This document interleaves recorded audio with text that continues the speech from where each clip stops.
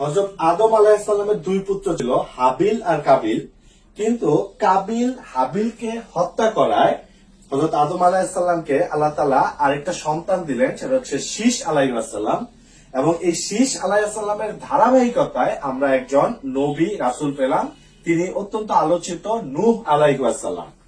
এই হযরত আদম আলাইহিস সালাম থেকে নূহ আলাইহিস সালামের মাঝখানে আসার সময় হচ্ছে 1000 বছর, এবং আদম আলাইহিস সালাম থেকে নূহ আলাইহিস সালাম হচ্ছে দশম পুরুষ। অর্থাৎ আদম আলাইহিস সালামের পরবর্তীতে নূহ আলাইহিস সালাম দশম পুরুষ, এবং আদম আলাইহিস সালাম থেকে নূহ আলাইহিস সালামের সময়কার পার্থক্য হচ্ছে 1000 বছর। তো এই নূহ আলাইহিস সালামের সন্তান ছিল 4টি। 4 সন্তানের মধ্যে সর্বশেষ যে ইয়াম, এই ইয়াম সৃষ্টিকর্তাকে স্বীকার করে না, আল্লাহকে স্বীকার করে না, যার ফলে নূহের যে প্লাবনের কথা আমরা জানি, সেই প্লাবনে ইয়ামের মৃত্যু ঘটে। কিন্তু বাকি যে 3 সন্তান আছে, অর্থাৎ সাম, হাম আর ইয়াফিস, এই 3 সন্তান থেকে 3টি গোত্রের যাত্রা শুরু হয়। এই সাম থেকে হয় হচ্ছে সেমেটিক গোত্র, হাম থেকে হয় হচ্ছে হেমেটিক, আর ইয়াফিস থেকে হয় হচ্ছে ইন্দো ইউরোপীয়। অর্থাৎ আমরা আজকে সেমেটিক নামে যাদেরকে চিনি তারা হচ্ছে যে আরব আর ইহুদি। অর্থাৎ সেমেটিক, এই সাম থেকে সেমেটিক, আরব আর ইহুদি যারা আছে তারা। হাম থেকে হচ্ছে হেমেটিক, যারা মিশরীয়, প্লাস হচ্ছে যারা ইরাকে বসবাস করে, ইরাকি যারা, তারা হচ্ছে হেমেটিক। আর ইন্দো ইউরোপীয় বলতে ইউরোপের, ইরানের, ভারতের এই অংশগুলির জনগোষ্ঠীকে আমরা ইন্দো ইউরোপীয় হিসেবে জানি। সো এই সাম থেকে সেমেটিক, হাম থেকে হেমেটিক, আর ইয়াফিস থেকে হচ্ছে ইন্দো ইউরোপীয় জনগোষ্ঠী আসে। এই সাম জনগোষ্ঠী থেকেই হযরত ইব্রাহিম আলাইহিস সালাম আসেন। হযরত ইব্রাহিম আলাইহিস সালামের ছিল 2 স্ত্রী। বড় স্ত্রী হচ্ছে সারাহ আর ছোট স্ত্রী হচ্ছে হাজেরা। এই সারাহ এর ঘরে আসে হচ্ছে ইয়াকুব আলাইহিস সালাম, আর হাজেরার সন্তান হচ্ছে ইসমাইল আলাইহিস সালাম। তো আল্লাহ তাআলার হুকুমে এই ইব্রাহিম আলাইহিস সালাম সারাহকে ইয়াকুব আলাইহিস সালাম সহ গিয়ে রেখে আসেন হচ্ছে জেরুজালেমে, আর হাজেরা, বিবি হাজেরাকে ইসমাইল আলাইহিস সালাম সহ রেখে আসেন হচ্ছে মক্কাতে। অর্থাৎ ইব্রাহিম আলাইহিস সালামের বংশধর থেকে যে পরবর্তী যে 2টি ধারার সূত্রপাত হয়, তার একটি হয় জেরুজালেম থেকে, আরেকটি হয় মক্কা থেকে। তো এই মক্কাতে ইসমাইল আলাইহিস সালামের পরে খুব বেশি নবী রাসূল আসেননি। একেবারে শেষ সময়ে আমরা পাই হযরত মুহাম্মদ সাল্লাল্লাহু আলাইহি ওয়াসাল্লামকে। আর এইদিকে যে জেরুজালেমে যে রেখে আসলো সারাহ আর ইয়াকুব আলাইহিস সালাম, এই ইয়াকুব আলাইহিস সালামের ছিল 12 ছেলে। এই 12 ছেলের মধ্যে উল্লেখযোগ্য 2 জন ছেলে, একজন হচ্ছে ইয়াহুদা, আরেকজন হচ্ছে ইউসুফ আলাইহিস সালাম। তো এই ইয়াহুদা ছিল বড়, এবং ইয়াহুদার পরবর্তী প্রজন্ম এতটাই বিস্তার লাভ করেছিল যে এই ইয়াহুদা থেকেই পরবর্তীতে ইহুদি জাতটা আসে। অর্থাৎ ইহুদি নামটা আসে হচ্ছে ইয়াহুদা থেকে, আর তার পরবর্তীতে বংশধররাই কিন্তু ইহুদি নামে পরিচিতি লাভ করে। আরেকটা বিষয় জানিয়ে রাখি যে ইয়াকুব আলাইহিস সালামের কিন্তু আরেকটা নাম ছিল, সেটা হচ্ছে ইসরায়েল। ইয়াকুব আলাইহিস সালামের আরেকটা নাম হচ্ছে ইসরায়েল। আজকের দিনে যে রাষ্ট্র ইসরায়েল, এটা কিন্তু এই ইয়াকুব আলাইহিস সালামের ইসরায়েল নাম থেকে নেওয়া। এবং উনার যে বংশধর আছে, অর্থাৎ ইয়াকুব আলাইহিস সালামের পরবর্তী যে বংশধর, তারাই কিন্তু ইতিহাসে বনি ইসরায়েল নামে পরিচিত। যে বনি ইসরায়েল নিয়ে পবিত্র কোরআন শরীফে একটি সূরাই আছে। তো এই যে ইয়াহুদা, এই ইয়াহুদা থেকে ইহুদি জাত আসে। এটা কিন্তু ইহুদি জাত, ইহুদি ধর্ম না। ইহুদি ধর্মের ব্যাপারটা আরো পরে আসে। ইহুদি ধর্মের ব্যাপারটা বুঝতে হলে আমাদেরকে ইউসুফ আলাইহিস সালামের ঘটনাটা জানতে হবে। ইউসুফ আলাইহিস সালাম ছোট ভাই ছিল তাদের। সো এই 11 ভাই মিলে এই ইউসুফ আলাইহিস সালামের বিরুদ্ধে একটা ষড়যন্ত্র করে। তারা তাকে কুয়ায় নিক্ষেপ করে হত্যা করতে চায়। কিন্তু ঘটনাক্রমে ইউসুফ আলাইহিস সালাম বেঁচে যান, এবং মিশরের কিছু বণিক তাকে কিনে নিয়ে যায়।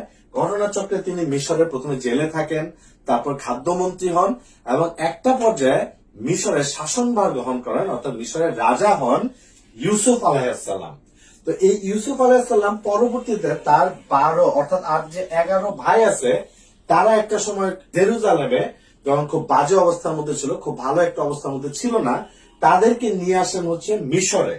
অর্থাৎ এই ইহুদি যারা ছিল তারা কিন্তু জেরুজালেম থেকে পরবর্তীতে কোথায় যায়? পরবর্তী যায় হচ্ছে মিশরে। সেই মিশরে তারা বারবার অভিশপ্ত হয়। সেটা কিভাবে হয় এটা জানতে আমাদেরকে আরেকটা স্লাইডের দিকে যেতে হবে। হযরত ইউসুফ আলাইহিসসালাম যখন মিশরে রাজত্ব শুরু করেন, মিশরের রাজা হন, তখন তিনি ওই যে জেরুজালেম, যার আরেক নাম ছিল কেনান, এই জেরুজালেম থেকে তার বাকি ভাইদেরকে এখানে নিয়ে আসেন, কারণ তার ভাইরা সেখানে খুব ভালো একটা অবস্থায় ছিল না, নিয়ে আসেন। তো এখানেও কিন্তু তার মানে ইহুদি জাতিটা কেনান থেকে, জেরুজালেম থেকে চলে আসে হচ্ছে মিশরে। এই মিশরে এসে তারা একটা রাজকীয় জীবন যাপন করে, কিন্তু এরা বারবার ইতিহাসে অভিশপ্ত হয়েছে আল্লাহ তাআলার অবাধ্যতার কারণে। তো এই 12 ভাই রাজকীয় জীবন যাপন করেন, একসময় তারা আল্লাহ অবাধ্য হন। অবাধ্য হওয়ার ফলে সৃষ্টিকর্তা আল্লাহ তাআলা তাদেরকে আবার ফেরাউনের গোলাম করে তোলেন। তাদের অবস্থা আবার খারাপ হয়, তারা ফেরাউনের গোলাম হিসেবে থাকে।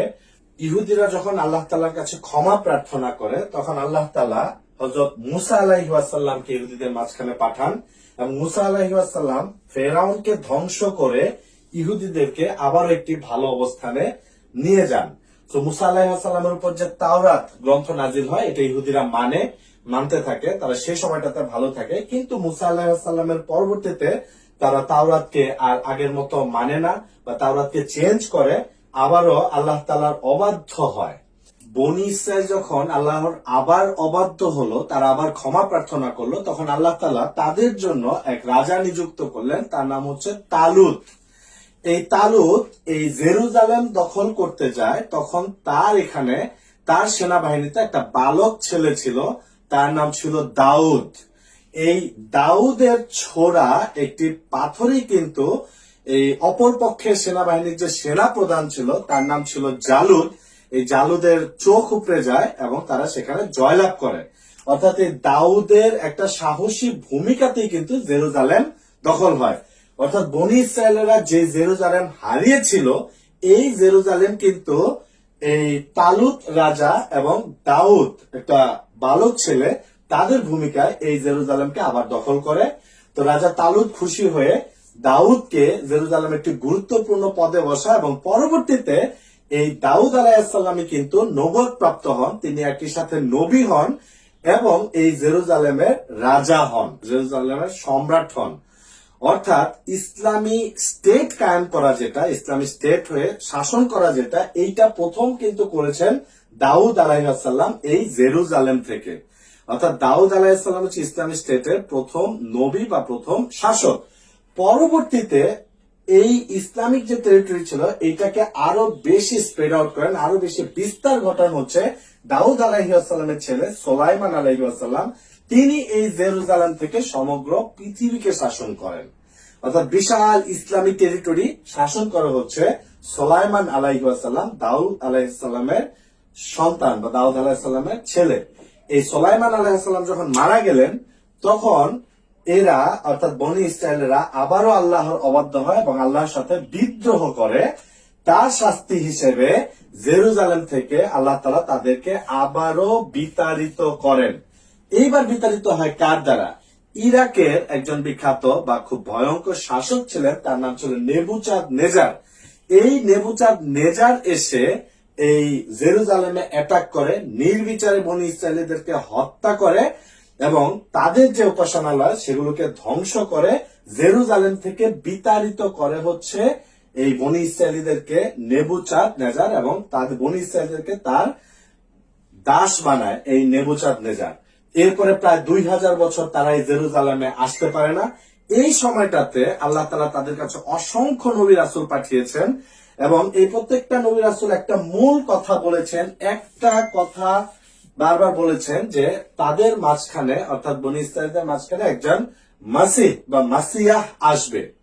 তো এই যে যখন বললো মাসিহ বা মাসিহ আসবে, এই মাসিহ যখন পরবর্তীতে ঈসা আলাইহিস সালাম আসলেন, তখন এই বনি ইসরায়েলেরা বা ইহুদিরা ঈসা আলাইহিস সালামকে মানলো না।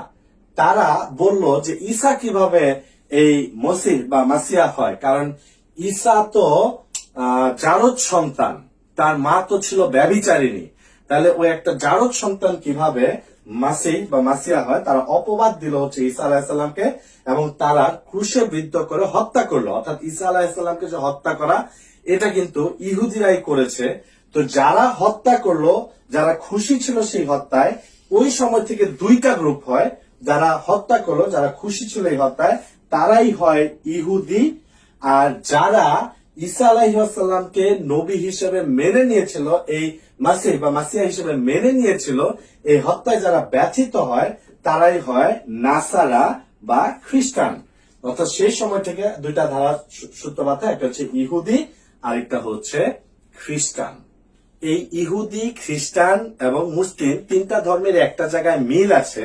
তিনটা ধর্মই বিশ্বাস করে একজন মাসিহ বা মসিহ আসবেন, যিনি আবার জেরুজালেম থেকে সমগ্র পৃথিবীকে শাসন করবেন। এখন খ্রিস্টানরা এই যে মাসিহ আসবেন, এই খ্রিস্টানরা জানে যে ঈসা আলাইহিসসালাম আবার আসবেন, তিনি জেরুজালেম থেকে সমগ্র পৃথিবীকে শাসন করবেন।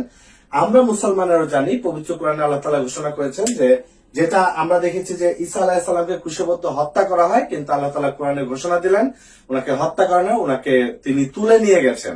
এই ঈসা আলাইহিসসালাম আবারও আসবে এবং ইমাম মাহদির সাথে একত্রিত হয়ে এই জেরুজালেম থেকে আবার সমগ্র পৃথিবীকে তারা শাসন করবে।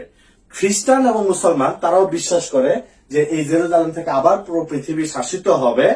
ইহুদিরাও বিশ্বাস করে যে জেরুজালেম থেকে শাসিত হবে, কিন্তু তারা এখনো একজন, কিন্তু তারা হচ্ছে ঈসা আলাইহিসসালামকে মাসিহ হিসেবে মেনে নেয়নি। তারা এখনো অপেক্ষায় আছে একজন মাসিহ আসবে যে কিনা জেরুজালেম থেকে শাসন করবে। তাহলে ইহুদিদের ইতিহাস, যদি ইহুদি কারা বা ইহুদি জাত বা ইহুদি ধর্মের মূল কথা যদি আমরা দেখতে যাই, তাহলে এই যে এর আগে আমরা যেটা দেখেছিলাম যে ইয়াকুব আলাইহিসসালামের ছেলে ইয়াহুদা থেকে যে বংশধারা সৃষ্টি হয়, সেখান থেকে হচ্ছে ইহুদিরা আসে এবং পরবর্তীতে হযরত মুসা আলাইহিসসালামের উপর যখন তাওরাত গ্রন্থ নাজিল হয়, সেখান থেকে ইহুদি ধর্মের সূত্রপাত হয়, যারাই কিন্তু আবার ইতিহাসে বনি ইসরায়েল নামে পরিচিত। তো তিনটা ধর্মের মধ্যেই একটা কমন মিল, তিনটা ধর্ম হচ্ছে একত্ববাদী ধর্ম, একজন সৃষ্টিকর্তাকে স্বীকার করে নেয় এবং তিনটা ধর্মেরই উৎস বা মূল হিসেবে কিন্তু হযরত ইব্রাহিম আলাইহিসসালামকে আদি পিতা হিসেবে মেনে নেওয়া হয়।